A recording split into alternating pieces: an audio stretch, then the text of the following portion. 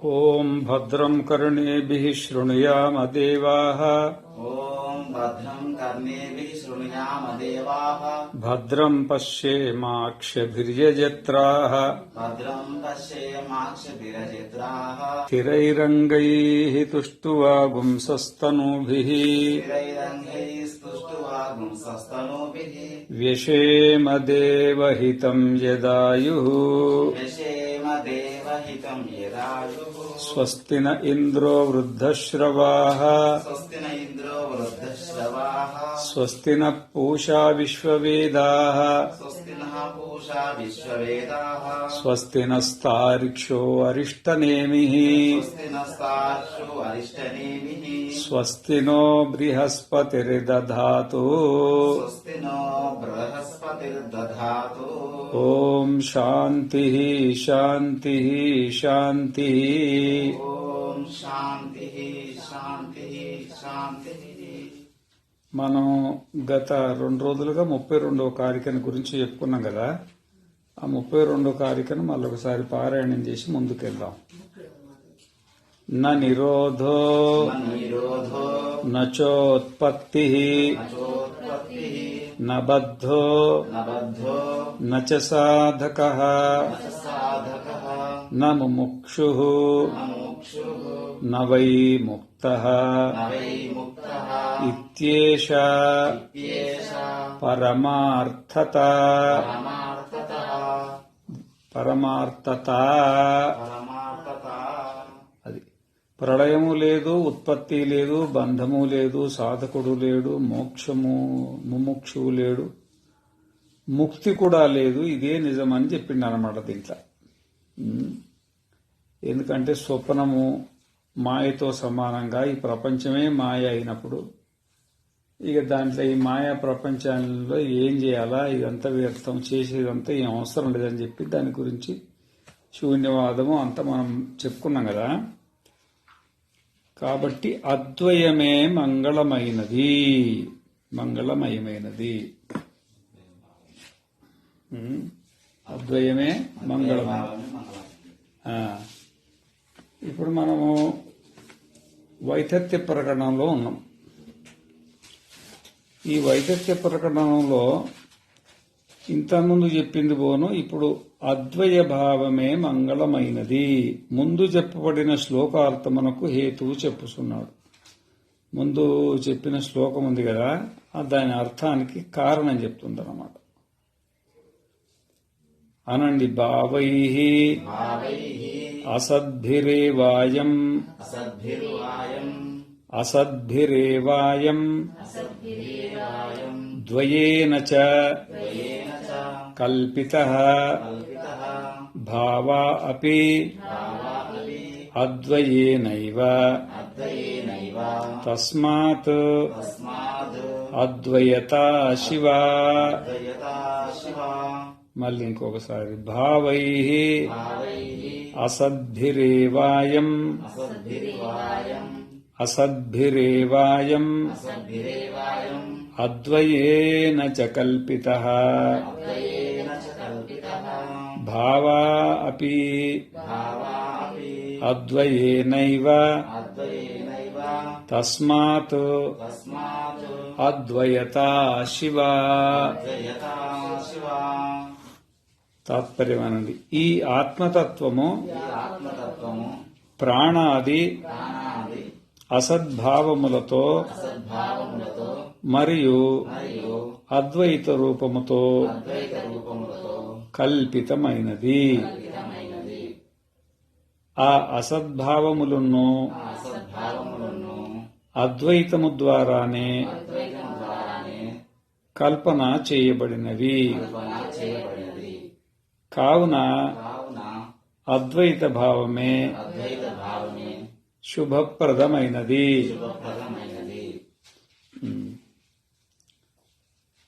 ఈ ఆత్మతత్వము అంటే మనం. ఆత్మ ఎవరు? మనం. మనము ప్రాణాది అసద్భావములతో మరియు అద్వైత రూపములతో కల్పితమైనది. భావైః అసద్భిరేవాయం అద్వయేన చ కల్పితః. ప్రాణాది అసద్భావములతో మరియు అద్వైత రూపములతో కల్పితమైనది. అంటే మనం ఆత్మ ముందు ఏం చెప్పిందంటే మనం 4 విధాలుగా ఉంటాం. ఎన్ని విధాలు ఉంటాం? 4 విధాలు. జాగ్రత్త అవస్థలో విశ్వనిగా, స్వప్నావస్థలో తైజస్సునిగా, సుషుప్తి అవస్థలో ప్రాజ్ఞునిగా, తర్వాత మన స్వస్వరూపంలో ఉండి తురియునిగా 4 రకాలుగా ఉన్నారని చెప్పింది కదా. ఈ రకాలన్నీ కూడా కల్పితాలే. రకాలన్నీ కల్పితాలు. జాగ్రత్త కల్పితమే, స్వప్నము కల్పితమే, సుషుప్తి కల్పితమే, తురియం కూడా మనం ఊహించుకుంటున్నాం కదా. ఊహించుకున్నది ఏదైనా కల్పన. మనస్సుతో ఏది ఊహించుకున్నా దాన్ని ఏమంటారు? కల్పన అంటారు అన్నమాట. అయితే ఈ ఆత్మతత్వం మనము ప్రాణాది అసద్భావములతో, ప్రాణాది అసద్భావాలంటే జాగరిత స్థానో బహిష్ప్రజ్ఞ సప్తాంగ ఏకోనవింశతిముఖ స్థూలభుక్ వైశ్వానర ప్రథమ పాద. మనం జాగ్రత్త అవస్థలో మొదటి పాదంలో ఉన్నప్పుడు జాగరిత స్థానో బహిష్ప్రజ్ఞ, మనం ప్రపంచం బయటకు చూస్తామా లోపల చూస్తామా? పొద్దున్నే లేవగానే బయటి ప్రపంచం, కళ్ళతో రూపాన్ని, చెవులతో శబ్దాన్ని, నాలుకతో రుచుల్ని, ముక్కుతో వాసనల్ని, అనేక రకాల పొద్దున్నే లేస్తే మొత్తం బయటి ప్రపంచాన్నే చూస్తుంటాం అన్నమాట. మనకు శరీరం ఉండాలా, ఆ శరీరంలో ఒక మనస్సు ఉండాలా, ఆ మనస్సుకు సహకారం చేయడానికి ఇంద్రియాలు ఉండాలా, ఇంద్రియాలు కూర్చోవడానికి అవయవాలు ఉండాలా, ఈ అవయవాలు పనిచేసి మరి దీనికి ప్రపంచం ఉండాలిగా. ప్రపంచం లేకపోతే ఇదంతా వ్యర్థమేగా. ఒకటి ప్రపంచమాయే, ఒకటి ఇంద్రియాలా, ఒకటి మనస్సా, ఒకటి శరీరం అయిపోయా, ఇవన్నీ ఉన్నాయి కదా. ఇది ప్రాణాదులు అంటారు. వీటిని ఏమంటారు? ప్రాణాదులు. ప్రాణం అంటే ఇక్కడ మనస్సు, ప్రాణం అంటే ఇంద్రియాలు, ప్రాణం అంటే ఇక ప్రాణాదులు అంటే మనస్సులు మొదలుకొని ప్రపంచం అంతా కూడా జాగ్రత్త అవస్థల సప్తాంగ 7 అంగాలు. ఏకోన వింశతి ముఖ, ఏకోన వింశతి అంటే 19 ముఖాలు. 19 ముఖాలు. ఈ పంచ జ్ఞానేంద్రియాలు, పంచ కర్మేంద్రియాలు, పంచ ప్రాణాలు, మనస్సు, బుద్ధి, చిత్తము, అహంకారము, మొత్తం 19 అన్నీ ఉన్నాయి కదా. ఇవి అసద్భావములు. ఇవి లేవంట. ఇవేవి లేవు. ఇవేవి కూడా లేవు. లేకనే ఉన్నట్టు మనకు కల్పితమైనవి అసద్భావములతో మరియు అద్వైత రూపములతో కల్పితమైనవి.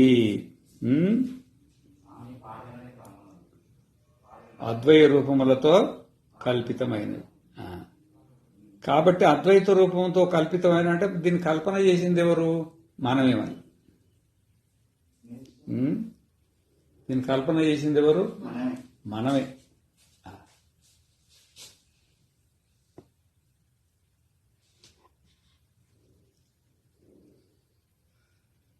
ఇప్పుడు ఎందుకు కల్పితాలు అన్నారంటే, మనం రాత్రిపూట స్వప్నాలు చూసినాంగా. స్వప్నంలో శరీరం ఉందిగా. శరీరం నువ్వు ఓపిక ఉంటే ఇను, లేకపోతే ఇనుకు. లేకపోతే నిలబడినా సరే నీకు ఇబ్బంది లేకుంటేనే ఇను. ఏం ఇబ్బంది అనిపిస్తే రెస్ట్ తీసుకోపోయి. ఆ విధంగానే ఇప్పుడు రాత్రిపూట మనం స్వప్నం చూసినాం. స్వప్నంలో మీ ఇల్లు ఉంది ఆడ, ఇంట్లో. మీ ఇంట్లో మీ కొడుకులు ఉన్నారు, మీ బిడ్డలు ఉన్నారు, మీ మనవళ్ళు మనవరాళ్ళు ఉన్నారు, ఆస్తులు పాస్తులు అన్నీ మాట్లాడుకుంటారు. ఏదో అక్కడ అన్ని వ్యవహారాలు. వ్యాపారం చేసేవాళ్ళు వ్యాపారం చేస్తారు, ఉద్యోగం చేసేవాళ్ళు ఉద్యోగం చేస్తారు, రాజకీయం చేసేవాళ్ళు రాజకీయం చేసేవాళ్ళు, బ్రహ్మచారులేమో అధ్యయనం చేస్తారు, సన్యాసులేమో ఆత్మ అనాత్మ విచారణ చేస్తారు. ఇట్లా రకరకాలుగా స్వప్నంలో. స్వప్నంలో శరీరం ఉంటుంది, స్వప్నంలో మనస్సు ఉంటుంది, స్వప్నంలో ఇంద్రియాలు ఉంటాయి, స్వప్నంలో శరీరం ఉంటుంది, స్వప్నంలో ప్రపంచం ఉంటుంది. స్వప్నంలో ఉన్నప్పుడు అవన్నీ మనకు నిజమే అనిపిస్తాయి. అవన్నీ నిజమే అనిపించి మనం వ్యవహారం చేస్తాం. ఎవరు చేసేది వాళ్ళు చేస్తుంటారు. కానీ మెలుకు రాగానే ఏమనిపిస్తుంది మనకు? అవన్నీ లేకనే అక్కడ శరీరము లేదు, అక్కడ మనస్సు లేదు, అక్కడ ఇంద్రియాలు లేవు, అక్కడ ప్రపంచము లేదు, అక్కడ మనం వ్యాపారం లేదు, ఉద్యోగం లేదు, రాజకీయం లేదు, నా వాళ్ళు లేదు, నీ వాళ్ళు లేదు. అక్కడ నా వాళ్ళు నీ వాళ్ళు ఏమేమి కనబడ్డాయో అదంతా ఉండి కనబడ్డదా లేక కనబడ్డదా? అది అసద్భావములతో, అసత్ భావములతో. సద్భావాలంటే ఉంటే సద్భావాలు అంటారు. అసద్భావాలంటే ఏమన్నట్టు? లేవు. అసద్భావాలతో మరియు అద్వైత రూపముతో, అద్వయేనచ కల్పిత. మరి దాన్ని కల్పించింది ఎవరు? మనమే కల్పించుకున్నాం. లేని దాన్ని ఉన్నట్టుగా కల్పించింది ఎవరు? మనమే. ఎట్లయితే స్వప్నంలో లేకనే ఉన్నట్టు కల్పించుకున్నామో ఇప్పుడు కూడా అట్లనే లేకనే ఉన్నట్టు కల్పించుకుంటాం. స్వప్నం చూసేప్పుడు అవి ఎట్లయితే సత్యం అనిపిస్తుందో అప్పుడు అసత్యం అనిపించదు. అప్పుడు అసత్యం అనిపించదు, మెలకువ లెక్క సత్యం అనిపిస్తుంది. ఆ విధంగానే జాగ్రత్త అవస్థలో ఉన్న వస్తువులు కూడా ఇప్పుడు కూడా ఈ శరీరము లేదు, ఈ ఇంద్రియాలు లేదు, ఈ మనస్సు లేదు, ఈ ప్రపంచం కూడా లేదు. లేకనే ఉన్నట్టుగా కల్పిస్తాం. అసద్భావములతో, అసద్భావాలు. ఈ అసద్భావాలను మనం కల్పించుకున్నాం. లేనివే ఉన్నట్టు కల్పించుకున్నాం. ఇప్పుడు శరీరం ఉంటే శరీరంతో బాధలు వస్తాయి, మనస్సు ఉంటే మనస్సుతో బాధలు వస్తాయి, ఇంద్రియాలు ఉంటే ఇంద్రియాలతో బాధలు వస్తాయి, ప్రపంచం ఉంటే ప్రపంచంతో బాధలు సుఖ దుఃఖాలు వస్తాయి. ఏవి లేవనుకో ఏమైనా బాధలు వస్తాయా? అసలు ఏదన్నా ఉంటే దాన్ని తొలగించుకోవాలి. మనస్సు ఉందనుకో, మనస్సుతో ఇబ్బంది అవుతుంది అనుకో, మనస్సును తొలగించుకోవాలి. లేని దాన్ని ఏం తొలగిస్తాం మనం? స్వప్నంలో ఏమేమో ఉన్నాయి, ఆడ పెద్ద శత్రువే వచ్చిండు, మెలుకుంటే ఉన్నాడు ఆ శత్రువు. మరి ఆ శత్రువు ఉంటే చంపాలి. ఆ శత్రువే లేడు కదా, శత్రువే లేడు. ఇప్పుడు బాగా తిని పండుకుంటాం, తిని పండుకుంటాం. కానీ స్వప్నంలో బాగా ఆకలి అవుతుంది. కొంతమందికి బాగా ఆకలి అయినట్టు అసలు ఆకలికి తట్టుకోలేక చాలా ఇబ్బంది పడి ఏదో బాజార్లో పోయి అది కొనుక్కొచ్చి ఇది కొనుక్కొచ్చు, ఇంత శుభ్రంగా ఓ సాంబార్ వండుకున్నాడు, రసం వండుకున్నాడు, రొట్టెలు చేసుకున్నాడు, అన్నం అంతా రెడీ అయింది, ఇస్తరాకు వేసుకున్నాడు, ఫ్యాన్ వేసుకున్నాడు, కూర్చొని ఒడియాలు ఎంపుకున్నాడు, చల్ల మిరపకాయలు ఎంపుకున్నాడు, పక్కన బజ్జీలు పెట్టుకుండు, కొంచెం పకోడీలు పెట్టుకుండు, కొన్ని స్వీట్లు పెట్టుకున్నాడు. తిందాము అనుకున్నప్పటికీ పక్కను లేపిండు ఎవరు.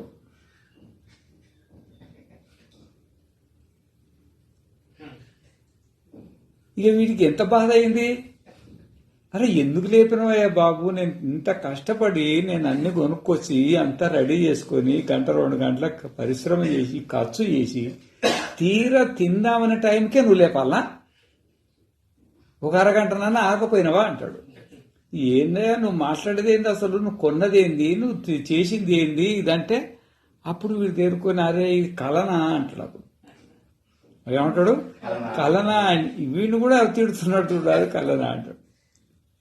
అప్పుడు చూసేప్పుడు అది సత్యమే అనిపిస్తుంది, కానీ ఇక్కడికి వచ్చినప్పుడు అసత్యం అనిపిస్తుంది. కానీ ఇక్కడున్నదంతా ఇప్పుడు మనకు సత్యమే అనిపిస్తుంది. నిద్రపోయిన తర్వాత ఏమవుతుంది? అంత ఎక్కడక్కడ ఊడిపోతాయి. రైలు చక్రాలు ఊడిపోతాయి, మనసులకు కాళ్ళ చక్రాలు ఊడిపోతాయి, ప్రపంచంలో ఏది ఉండదు అన్నీ ఊడిపోయి రోజుకోసారి సన్యాసం గ్యారంటీగా తీసుకుంటాడు. నిద్రపోగానే సన్యాసమే గదిగా ఏమన్నా ఉన్నదా? అప్పు లేదు, ఆదాయం లేదు, పిల్లలు లేదు, సంసారం లేదు. రోజు మనం సన్యాసానికి భయపడతారు కానీ రోజుకో సన్యాసం తీసుకుంటూనే ఉన్నావు. కాను నువ్వు సన్యాసంలో తప్పించుకుని ఏడబారిపోతున్నావు. రోజుకో సన్యాసం. రోజు మేమేమో జీవితానికి ఒకసారి సన్యాసం తీసుకున్నాం, మీరేమో రోజుకోసారి సన్యాసం అయిపోయి ఈ వదిలిపెట్టింది ఏందిగా, పట్టుకున్నది ఏంది? అందుకనే ఎట్లయితే స్వప్నంలో మనం చూసినవన్నీ కల్పితాలో ఈ జాగ్రత్తలో ఉండేటివి కూడా అన్నీ కల్పితాలు. ఆ కల్పన చేసింది ఎవరు? మనం కూడా బ్రహ్మదేవుడి మీద వేస్తాం. బ్రహ్మదేవుడు ఒక ఆయన ఉన్నాడు. ఆయన విష్ణు నాభి కమలం నుండి పుట్టిండు.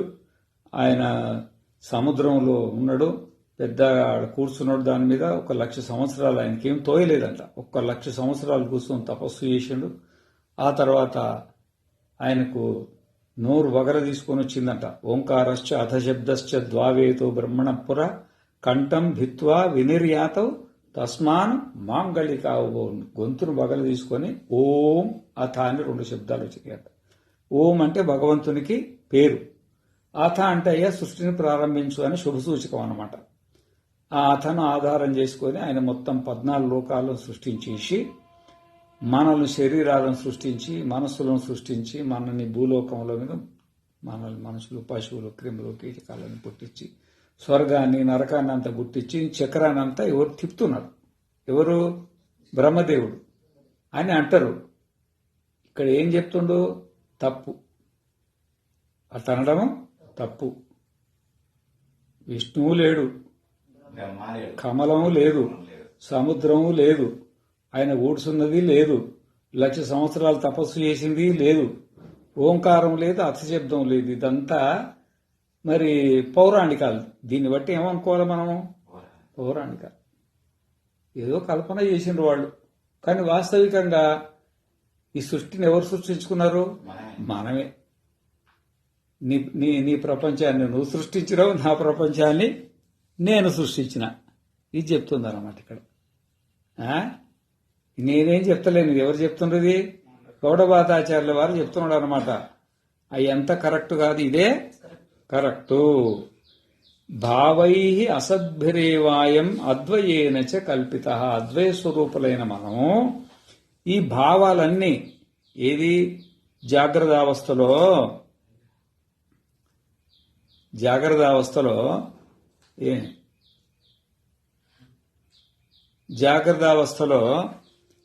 మరి జాగ్రత్త ప్రపంచాన్ని, స్వప్నావస్థలో స్వప్న ప్రపంచాన్ని, సుషుప్తి అవస్థలో సుషుప్తి ప్రపంచం. సుషుప్తి ప్రపంచం ఏమన్నది ప్రపంచం లేని స్థితి అన్నమాట. అజ్ఞానం, ఆత్మజ్ఞానం లేకుండా, ప్రపంచ జ్ఞానం లేకుండా, 2 జ్ఞానం లేకుండా అట్లా స్తమో గుణంలో పడి ఉంటాం అన్నమాట.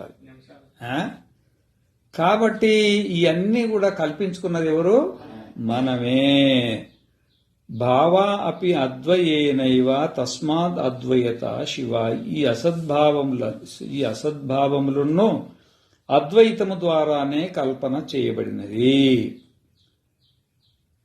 అద్వైతము ద్వారా అంటే మనమే అద్వైత స్వరూపుడు. అద్వైతం అన్న ఆత్మ అన్న ఒకటే, మనమే కల్పన కావున అద్వైత భావమే మంగళమయమైనది. మనమే మంగళమయం, మనమే శుభం, మన స్వరూపమే శుభప్రదం. మన స్వరూపాన్ని వదిలి మనం ప్రపంచాన్ని కల్పన చేసుకుంటున్నాం కదా, అదే మనకు ప్రమాదం. నీ జాగ్రత్త స్వప్న సుషుప్తులు కల్పన చేసినావు కదా, దానివల్లనే నీకు ఇబ్బందులు అన్నీ. అవి వదిలిపెట్టి నీ స్వరూపంలో నువ్వు ఉన్నామనుకో, అదే అన్నిటికంటే శుభప్రదమైంది, మంగళప్రదమైనది అని చెప్తుండ్రు అన్నమాట.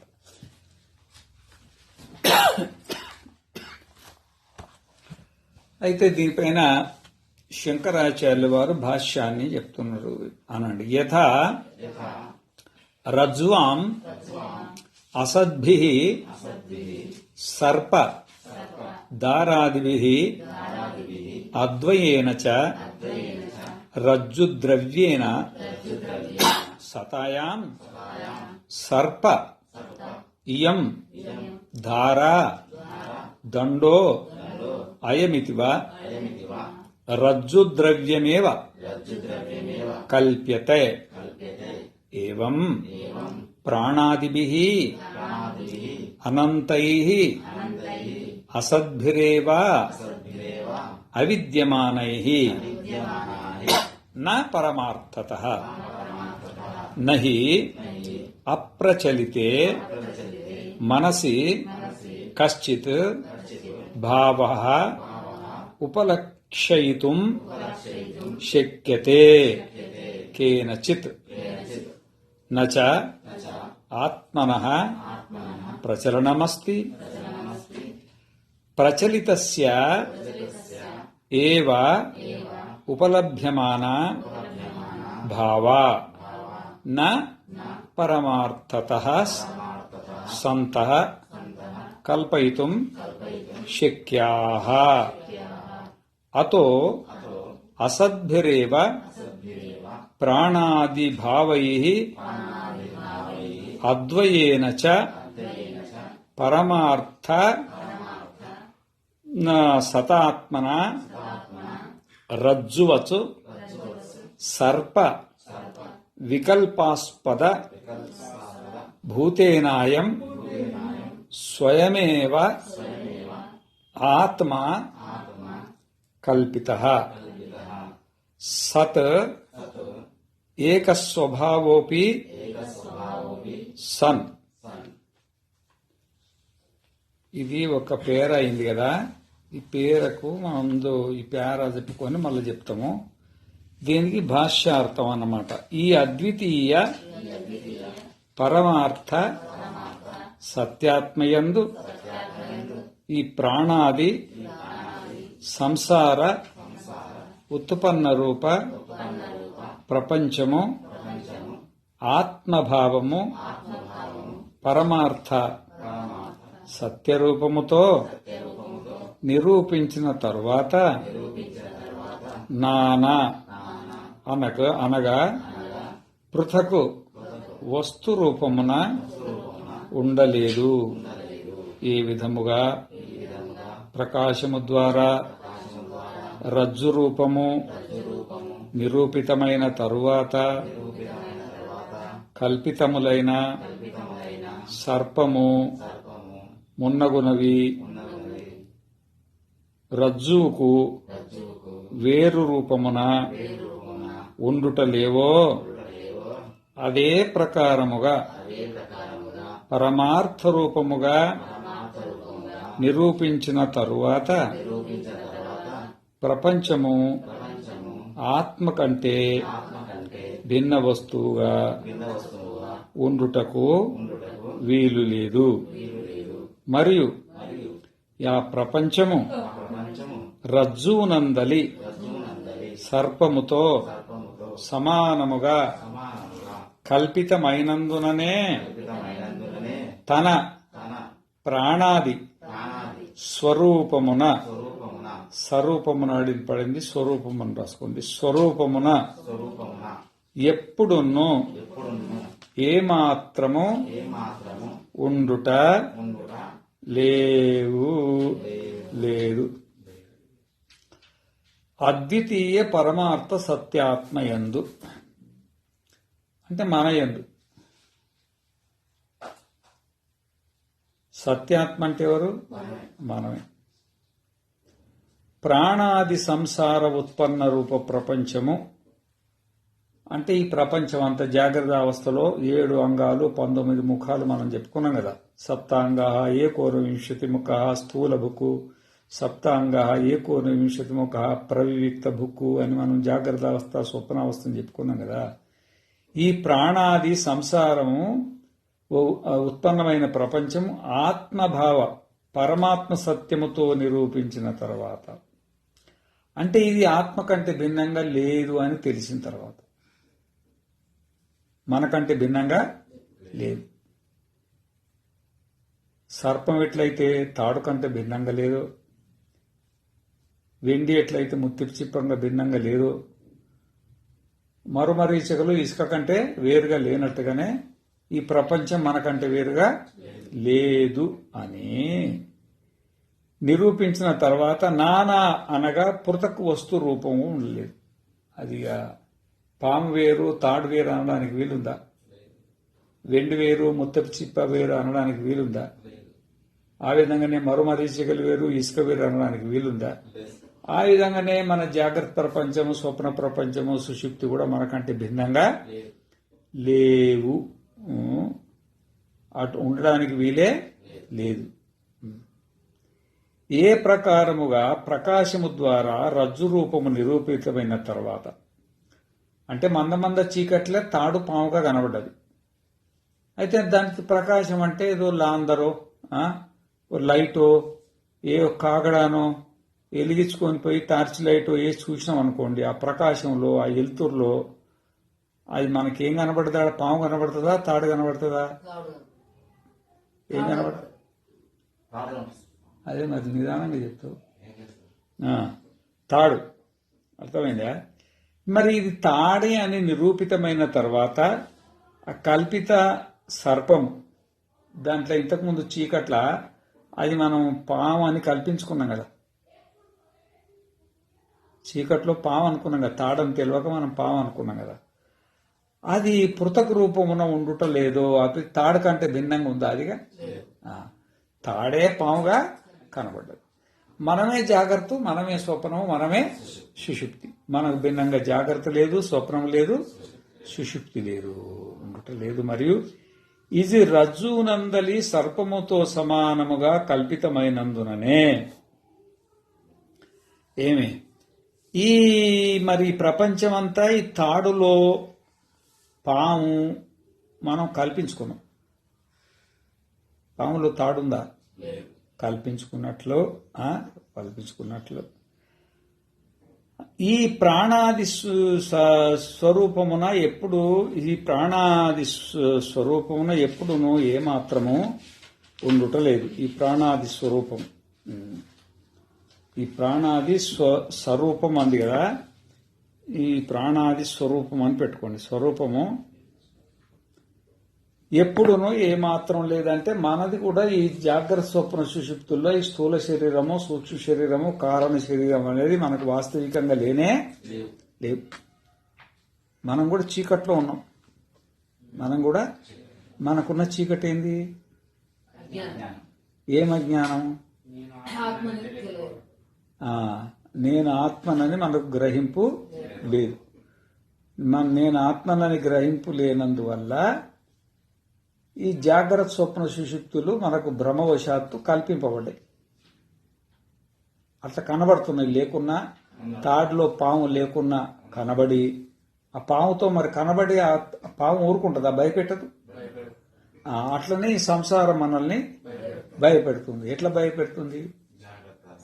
కరెంటు బిల్లు కట్టాలా, టెలిఫోన్ బిల్లు కట్టాలా, పాల బిల్లు కట్టాలా, కొడుకులను చదివియాలా, కూతుర్లను చదివియాలా, వాళ్ళకి ఇల్లు కట్టాలా, వాళ్ళకు పెళ్లిళ్ళు చేయాలా, వాళ్ళని విదేశాలకు పంపాలా, మనం వృద్ధాశ్రమాల చేరాలా, ఇవన్నీగా ఎన్ని ఇన్కమ్ ట్యాక్స్ బాధలు, జిఎస్టీ బాధలు, అన్ని ఇల్లు కట్టాలంటే పనులతో బాధలు, ఎన్ని రకాల కష్టాలు ఉన్నాయనుకుంటున్నావు. ఇవన్నీ భయాలైనా కాదా? ఇవన్నీ భయాలు అనమాట. ఆ పామును చూసి భయపడ్డట్టే ఆ పాము మనల్ని భయపెడుతుందా? భయపెడతలేదా? ఈ సంసారం కూడా భయపెడుతుందా? భయపెడతలేదా? మరి ఆ పాము ఉండి భయపెడుతుందా లేక భయపెడుతుందా? అది లేక భయపెడుతుందా తెలిసింది కాబట్టి మనకు భయం లేదు. ఇది ఉండే భయపెడుతున్నది అని మనకు భ్రమ ఉంది. ఇది ఉండే భయపెడుతుంది. ఇది లేదని మనకి ఇంకా నిశ్చయ జ్ఞానం కలగలే. ఆడనేమో లైట్ వేయంగానే పాము పోయింది. లైట్ తీసేసిన తర్వాత మనకు పాము లేక కనబడ్డా మనం భయపడతామా? భయపడమన్నమాట. ఒకసారి చూసినాం కాబట్టి తెలిసిపోయింది. కానీ అక్కడనేమో వెలుతురు ఉంది, ఇక్కడ వెలుతురు లేదు. ఇక్కడ వెలుతురు ఏంటిదా? జ్ఞానమే. జ్ఞాన ప్రకాశం అంటారు అన్నమాట. జ్ఞాన ప్రకాశం. ఈ జ్ఞానం ఎక్కడుంది? ఉపనిషత్తుల్లో. ఉపనిషత్తులు ఎక్కడున్నాయి? గురువు గారి దగ్గర. ఏడున్నాయి? గురువు గారి దగ్గర. ఆ ఉపనిషత్తులు గురువు దగ్గర ఉండే వచ్చినాయి. ఆకాశం నుండి రాలిపడ్డాయి. ఏంటి అవి? ఎక్కడి నుంచి వచ్చినాయి? వేదం అంతా గురువు నుండే వచ్చింది. శృతి అంటారు కదా, శృతి అంటే వినబడ్డది మీకు చెప్పిండు. అట్లా ఒకరి ద్వారా ఇప్పుడంటే పుస్తకాలు అయింది. ఇంతకుముందు పుస్తకాలు ఎక్కడివి?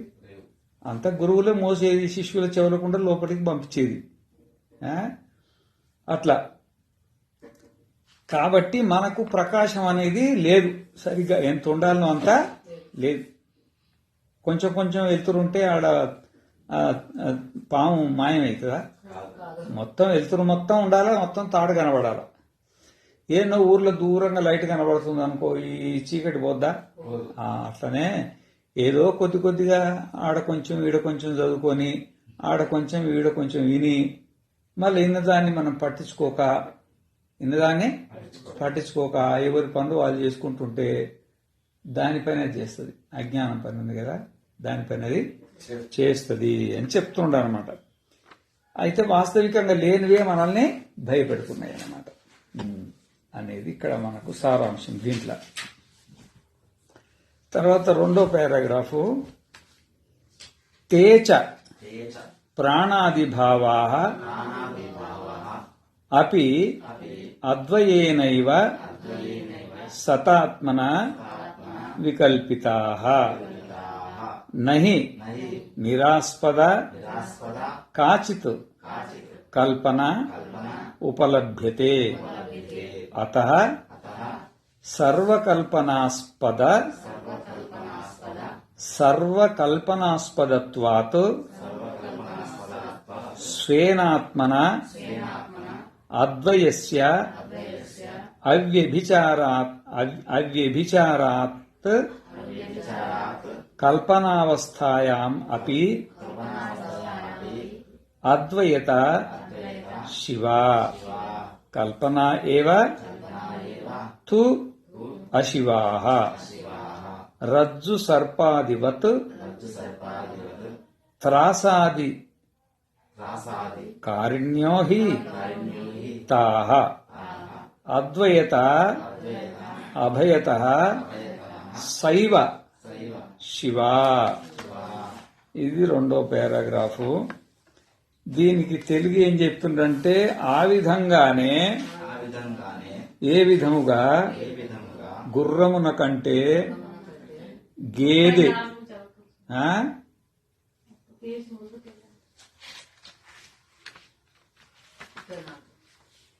అంతే కదా, మరి 34ది కదా, దాంతో చెప్తున్నా. 33 స్వామి. ఓహో 33.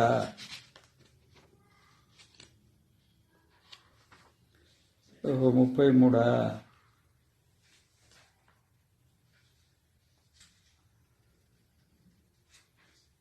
మీరు అనుప నుంచి నేను కన్ఫ్యూజ్ అయ్యేది అదే.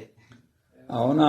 ఏ ప్రకారముగా రజ్జునందు అవిద్యమానమైన సర్పధారమున్నకు భావముల ద్వారా మరియు అద్వితీయమైన రజ్జుద్రవ్యము ద్వారా ఇది సర్పము, ఇది నీటిధార, ఇది దండము అయ్యున్నది. ఈ ప్రకారముగా రజ్జుద్రవ్యమే కల్పన చేయబడుచున్నది. ఇదే ప్రకారముగా ప్రాణాది అనంతములైన అసత్స్వరూపములైన నిజమునకు లేనటువంటి అవిద్యమానమైన అనగా నిజమునకు లేనటువంటి అట్టి భావములచే ఆత్మ వికల్పితమగుతున్నది. ఎందుకనగా చిత్తము కదలనప్పుడు ఎవరి ద్వారా ఎట్టి భావం ఉపలబ్ధము కాలేదు.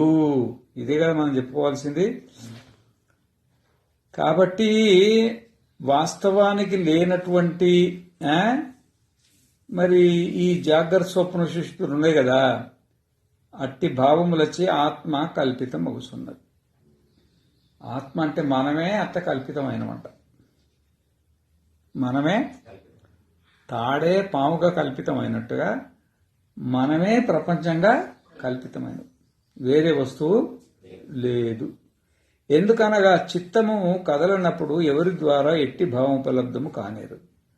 ఇప్పుడు సుషుప్తిలో మనస్సు కదులుతుందా? ప్రపంచం ఉందా అప్పుడు? అంటే మనస్సు కదిలితే ప్రపంచం ఉన్నట్టు, మనస్సు కదలకపోతే ప్రపంచం లేనట్టు. ఎందుకనగా చిత్తము కదలనప్పుడు ఎవరి ద్వారాను ఎట్టి భావం ఉపలబ్ధము కానేరదు. మరియు కేవలము చలాయమానమైన చిత్తమునందు మాత్రమే ఉపలబ్ధములగు భావములు పరమార్థగా సత్యములైనవని కల్పన చేయుటకు వీలుపడదు. కానీ మనస్సు కదిలినప్పుడు ప్రపంచం అనేది ఉంటుంది. మనస్సు ఎప్పుడు కదులుతుంది? జాగ్రత్త అవస్థల, స్వప్నావస్థల. లోపల నుండి కంటి దగ్గరకు వచ్చి కూర్చొని రూపాలను చూస్తుంది, చెవి దగ్గర కూర్చొని శబ్దాలు వింటది, నాలుగు దగ్గర కూర్చొని ఏం చేస్తుంది? రుచులు చూస్తుంది. ముక్కు దగ్గర కూర్చొని వాసన, చర్మంలో కూర్చొని స్పర్శలు చేస్తుంది. ఇదంతా చేసేది ఏది? మనసే. ఆ, అంటే మనమే మనస్సు రూపంలో, మనమే మనసులు. మనస్సు రూపంలో ఏమి కదులుతున్నాం అన్నమాట. ఏం చేస్తున్నామా? కలుగుతున్నాం. ఓసారి కంటి దగ్గరకు వస్తున్నాం, ఓసారి చెవి దగ్గరికి పోతున్నాము, ఓసారి నాలుక మీద కూర్చుంటున్నాం, ఓసారి ముక్కు మీద ఓ కోతులు కొమ్మల మీద దూకుతాయి చూడు. ఈ కొమ్మ మీద నుండి ఆ కొమ్మ మీదకి, ఆ కొమ్మ మీద నుండి ఈ కొమ్మ, ఓ దగ్గర కూర్చుంటుంది అది. కూర్చుంటుంది అది, కోతి అంటారు. మనస్సు కూడా అంతే. ఎన్నో చోట కూర్చుంటుంది అది. కొంచెంసేపు కన్ను మీద కూర్చుంటుంది, కొంచెం చెవి మీద కూర్చుంటుంది, కొంచెం మీద నాలుక మీద, కొంచెం మీద ముక్కు కూడా. ఓ ఇంకా కోతే మేలు, ఇంకా కోతే మేలు. ఇది అసలు ఒక నిమిషం లోపల 100 జంపులు కొడుతుంది. 100 జంపు. దూకుళ్ళు. కన్ను మీద ఉన్నట్టే చూస్తుందా, చెవులకు దూరుతుంది. చెవులో ఉన్నట్టే ఉంటుందా, నాలుక మీదకి పోద్ది. నాలుక మీద ఉన్నట్టే ముక్కు మీదకి పోద్ది. అసలు క్షణానికి, ఒక్క క్షణంలో సగం భాగంలోనే జంపులు వేస్తుంది అనమాట. ఏది? మనస్సు. మనస్సు అనేది అంత కదులుతుంది అనమాట. చెప్పలేమో కదులుతుంది. ఇక్కడ నుండి అక్కడ, అక్కడ కదులుతుంది. కదలకుంటుంటే అసలు ప్రపంచం ఉందా? ఏ ప్రపంచం. మరియు కేవలము చలాయమానమైన చిత్తమునందు మాత్రమే ఉపలబ్ధమగు భావములు. మనస్సు కదిలితేనే భావం అంటే ప్రపంచం. మనస్సు కదిలినప్పుడే ప్రపంచం అనేది మనసులో ప్రవేశిస్తుంది. మనసు కదలకుండా, మనసులో హృదయంలో ఉందనుకో, కదలకుండా బయటికి రాకుండా, ప్రపంచం ఏమైనా దూరుతుందా లోపల? దూరం. ప్రపంచం మనసు లోపల దూరాలంటే మనసు కదలాలి. మనసు హృదయంలో ఉంటుంది కదా, ఇక్కడ ఈ నుండి రావాలా. ఇక భ్రూ మధ్యంలో సీట్ కుర్చీ వేసుకొని కూర్చోవాలా. కుర్చీ వేసుకొని కూర్చొని మరి దక్షిణాక్షిముఖే విశ్వ. మన జాగ్రత్త అవస్థలు ఎక్కడ ఉంటాము? కుడికన్ను ముఖంలో ఉంటాం అన్నమాట. వాడ కుర్చీ వేసుకొని ఇక అన్నీ అక్కడ నుండి ఇక్కడ, ఇక్కడ నుండి అక్కడ ఓ తెగ తిరుగుతాం. తిరిగి శబ్దస్పర్శ రూపరసగంధాలను మనకు సంబంధించింది. ఎవరి శబ్దస్పర్శ రూపరసగంధాలు వాళ్ళ వాళ్ళ పుణ్యాన్ని బట్టి, వాళ్ళ పాపాన్ని బట్టి ఈ శబ్దస్పర్శ రూపరసాలు కూడా అనేకంగా ఉంటాయి. పుణ్యాత్మలకు మంచి రూపాలే కనబడతాయి, మంచి శబ్దాలే వినబడతాయి, మంచి రుసులే నాలుక మీద వచ్చి కూర్చుంటాయి. మంచి వాసనలే ముక్కు మీద, మంచి స్పర్శలే వాళ్ళకి. పాపాత్మలకేమో, పాపం చేసుకున్న వాళ్ళకి ఏముంటుంది? చూడకూడనివన్నీ కన్ను చూడబెడుతుంది, వినకూడనివన్నీ వినబెడుతుంది, తినకూడనివన్నీ తినబెడుతుంది, అనకూడనివన్నీ అనబెడుతుంది. అన్ని ఇబ్బందులు అన్నమాట. అవి శబ్దస్పర్శ రూపరసగంధాలే, ఇవి శబ్దస్పర్శ రూపరసగంధాలు. కానీ దీనికి ఎంత తేడా ఉంటుంది? చాలా తేడా ఉంటుంది అన్నమాట. చాలా తేడా. మామూలు రేకుల ఇళ్ళలు ఉంటారు, వాళ్ళకి ఫ్యాన్ కూడా ఉండదు. ఏముంటుంది? గాలి ఉంటుంది. మామూలుగా ఈ పక్క ఆ పక్క కిటికీల గాలి ఉంటుంది. అది గాలే, అది కూడా స్పర్శ తగులుతుందా రాలేదా? మరి ఒక ఆయన బాగా ధనవంతుడు, పెద్ద ఇల్లు కట్టుకొని మంచిగా శుభ్రంగా ఏసీ పెట్టుకున్నాడు. ఇది కూడా గాలి. ఇది కూడా స్పర్శనే ఇస్తుంది, అది కూడా స్పర్శనే వస్తుంది. ఈ స్పర్శ ఒక్క తీరు ఉంటుందా? ఎట్లుంటది? ఒకటేమో సుఖాన్ని ఇస్తుంది, ఒకటేమో దుఃఖాన్ని ఇస్తుంది అనమాట. భరించలేని దుఃఖాన్ని ఇస్తుంది అనమాట. స్పర్శే, కానీ స్పర్శలు ఎంత తేడా ఉందో చూడు మళ్ళీ. అట్లా ఈ విధంగా మనకు ఈ శబ్ద స్పర్శ రూపరసగంధాలు ఉన్నాయి కదా, ఇవి జాగ్రత్త అవస్థలో ఉన్నప్పుడు, స్వప్న అవస్థలో ఉన్నప్పుడు మాత్రమే ఈ మనసు కదలాల. ఒక చోటు ఉంటే కాదు, మనసు ఏం చేయాలా? కదలాల. పగటిపూటనేమో కుడి కంట్లు ఉండాల. ఎక్కడ? కుడి కంట్ల. స్వప్నంలో ఎక్కడ ఉండాలా? కంఠంలో. కంఠం అంటే శుద్ధి. ఇక్కడ కంఠాన్ని వెనకాల చక్రం ఉంటుంది అన్నమాట, సుషుమ్నా నాడి. దాన్ని విశుద్ధ చక్రం అంటారు. ఏమంటారు? విశుద్ధ చక్రం అంటారు. చక్రం ఉంటుందా ఏంది? కానీ అట్లా చక్రాకారంలో ఉందేమో మాంసపిండము. మనం తిన్న అన్నమే. ఇప్పుడు మనం తిన్న అన్నం ముఖం అయింది. దీన్ని ఏమంటారు? ఒక తీరు ఉందా? ఇది ముక్కో రకంగా ఇట్లుంది కదా, ఇది ఒక ఆకారం అయింది కదా. అక్కడ కూడా సుషుమ్న నాడిలో కూడా అదొక ఆకారం ఉంటుంది. మనం తిన్న అన్నమే ఈతా నాడుల ద్వారా అట్లా తయారవుతుంది. అది ఎట్లా తయారవుతుంది? విశుద్ధ చక్రం అని యోగ దర్శన గ్రంథం రాసిన కదా, దాంట్లో విశుద్ధ చక్రం ఎట్లుంటుందో అంత దాని ఆకారం వేసిన అట్లా తయారవుతుంది. మనం స్వప్నంలో అక్కడ చేరి స్వప్న ప్రపంచాన్ని కల్పన చేసుకుంటాం అన్నమాట. కేవలము చలాయమానమైన చిత్తమునందు మాత్రమే ఉపలబ్ధములకు భావములు అంటే జాగ్రత్త భావాలు, స్వప్న భావాలు. భావం అంటే ఏంది? ఇక ప్రపంచం. భావం అంటే ఏంది? ప్రపంచం. జాగ్రత్త ప్రపంచం, స్వప్న ప్రపంచం. భావం అన్నట్టు ఏమన్నాడు? శబ్దం ఒక భావం, స్పర్శ ఒక భావం, రూపం ఒక భావం, రసం ఒక భావం, గంధం ఒక భావం. ఇవి లోపలికి ప్రవేశిస్తాయి కదా మనసు లోపలికి. ఆ ప్రవేశించిన వాటిని భావాలు అంటారు అనమాట. జాగ్రత్త అవస్థలో ఎట్లా ప్రవేశిస్తాయో స్వప్నావస్థలో కూడా అట్లే ప్రవేశిస్తాయి. ఏమి తేడా లేదు. ఇప్పుడు జాగ్రత్త అవస్థలో మనం అన్నం తింటాం. అన్నం దేంతో తింటాం?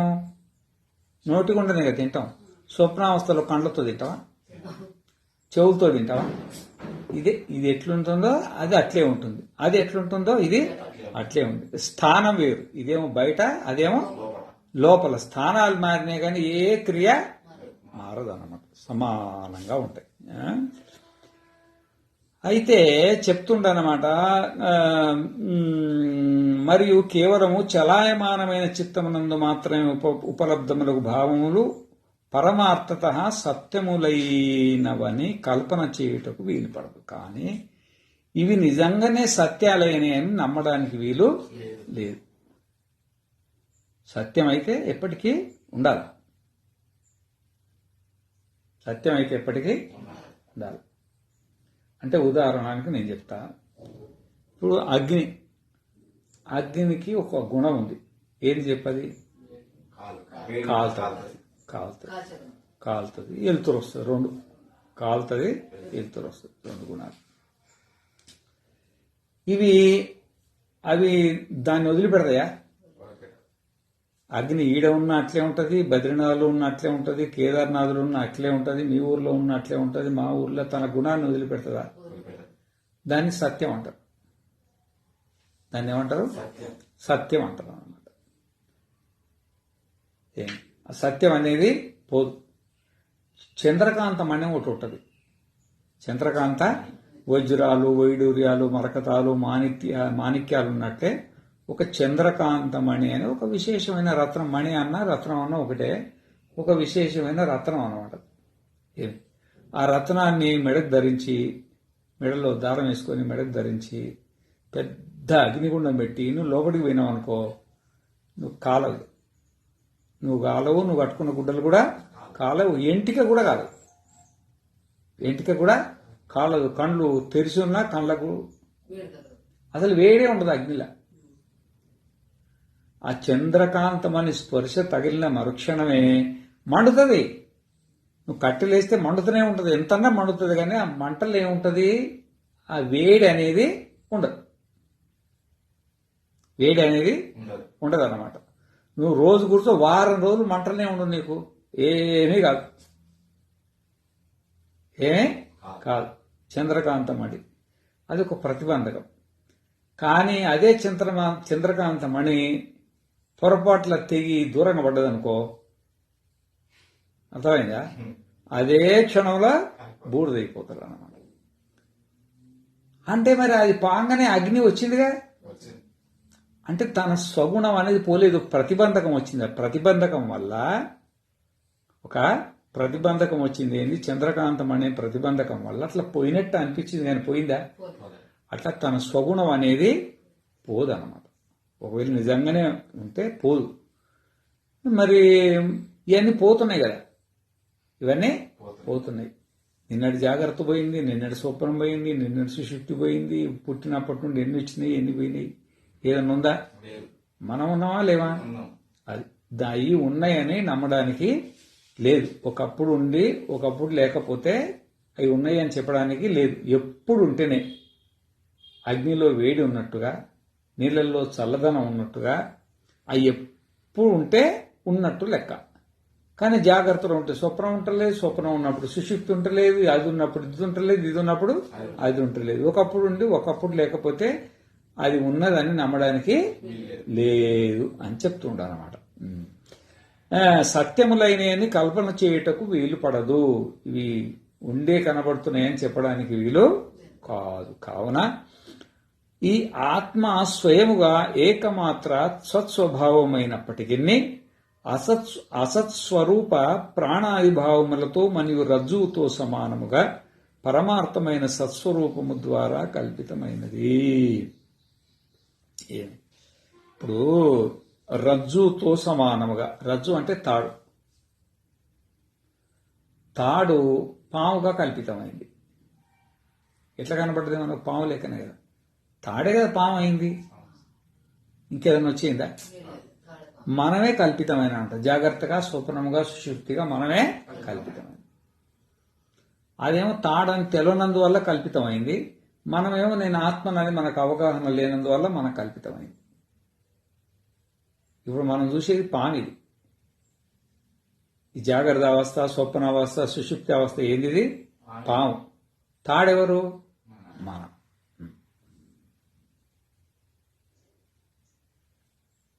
అంటే ఇప్పుడు తాడకంటే పాము వేరా? మరి పాము ఉండి కనబడుతుందా, లేక కనబడుతుందా? ఆ విధంగానే మనకంటే జాగ్రత్త, స్వప్న, సుషుప్తులు వేరా? కావు. అవి ఉండి కనబడుతున్నాయా, లేక కనబడుతున్నాయా? అది కథ చెప్తుంటాను. కావున ఆత్మస్వరూపముగా ఏకమాత్ర సత్స్వభావమైనప్పటికీ వాస్తవికంగా మనం ఆత్మ అనేది మన స్వరూపంతో ఏ మార్పు లేదు.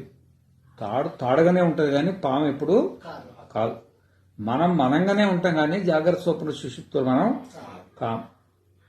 సత్స్వభావం అయినప్పటికీ అసత్స్వరూప ప్రాణాది భావములతో, అంటే మనం జాగ్రత్త అవస్థలో 7 అంగాలు, 19 ముఖాలు, స్థూల భోగము.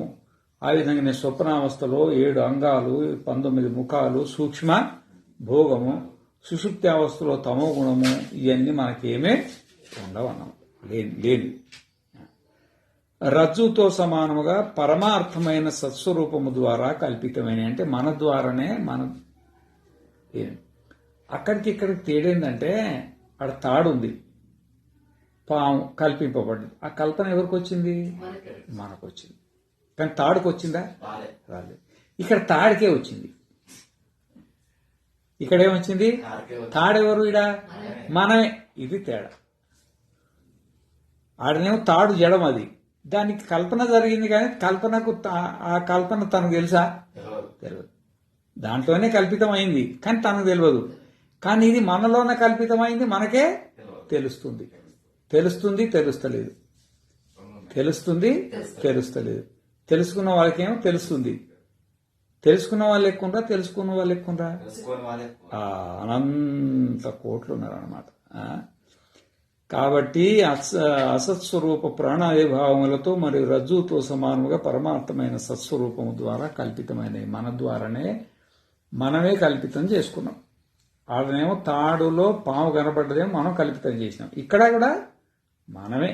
మన ఎందుకు కల్పితమైంది, చూసేది కూడా మనమే. దీంట్లో ఏమైనా అనుమానం ఉందా? క్లియర్ అయిపోయిందా? అంటే అయినా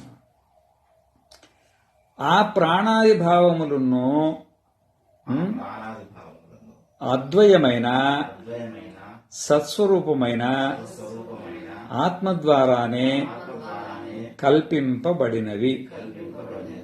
ఏలయనగా ఎట్టి కల్పనయున్నో నిరాధారముగా లభించుట లేదు. అందువల్ల అన్ని కల్పనలకు ఆశ్రయభూతమైనందున మరియు తన యొక్క అద్వయ స్వరూపము నుండి ఎల్లప్పుడూ అవ్యభిచరితము అయినందున